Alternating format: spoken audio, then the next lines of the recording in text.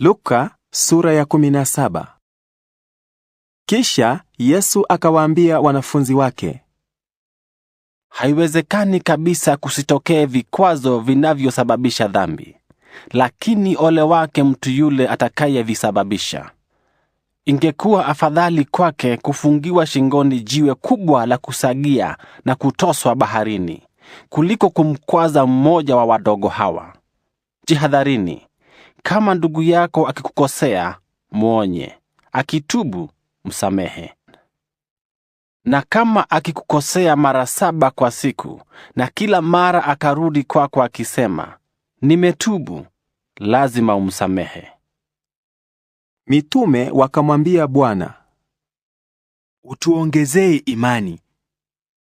Naye Bwana akajibu, kama imani yenu ingekuwa ndogo hata kama chembe ndogo ya haradali, mungeweza kuuambia mti huu wa mkuyu, ng'oka ukajipandikize baharini, nao ungewatii.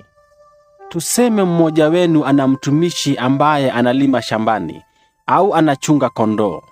Je, anaporudi kutoka shambani, atamwambia huyo mtumishi, haraka, njoo ule chakula?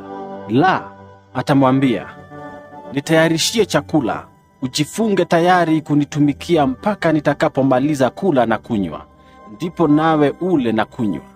Je, utamshukuru huyo mtumishi kwa sababu ametimiza aliyoamriwa? Hali kadhalika na nyinyi, mkishafanya yote mlioamriwa, semeni, sisi ni watumishi tusio na faida, tumetimiza tu yale tuliyotakiwa kufanya. Yesu akiwa safarini kwenda Yerusalemu, alipitia katika mipaka ya Samaria na Galilaya.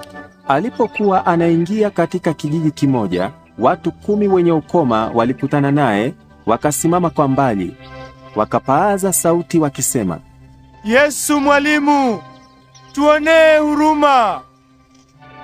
Alipowaona akawaambia, nendeni mkajionyeshe kwa makuhani. Basi ikawa walipokuwa wanakwenda, wakatakasika. Mmoja wao alipoona kwamba ameponywa, alirudi akimtukuza Mungu kwa sauti kubwa. Akajitupa chini mbele ya miguu ya Yesu huku akimshukuru. Huyo alikuwa Msamaria. Hapo Yesu akasema, je, si watu 10 walitakaswa? Wale 9 wako wapi? Hakupatikana mwingine aliyerudi kumtukuza Mungu ila tu huyu mgeni. Halafu akamwambia huyo mtu, simama uende zako, imani yako imekuponya. Wakati mmoja Mafarisayo walimuuliza Yesu, ufalme wa Mungu utakuja lini? Naye akawajibu, ufalme wa Mungu hauji kwa namna itakayoweza kuonekana, wala hakuna atakayeweza kusema, uko hapa au uko pale. Kwa kweli, ufalme wa Mungu uko kati yenu.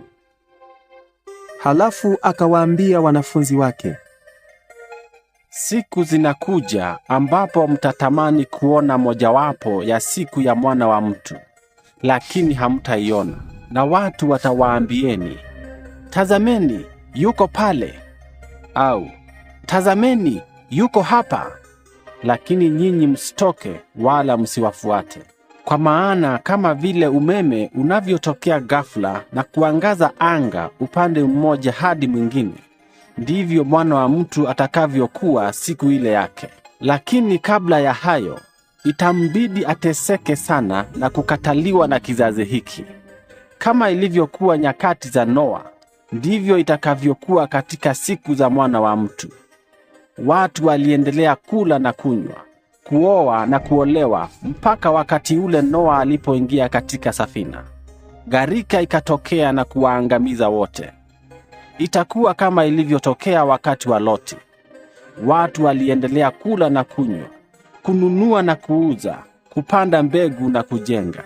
Lakini siku ile Loti alipoondoka Sodoma, moto na kiberiti vikanyesha kama mvua kutoka mbinguni na kuwaangamiza wote. Ndivyo itakavyokuwa siku ile Mwana wa Mtu atakapofunuliwa.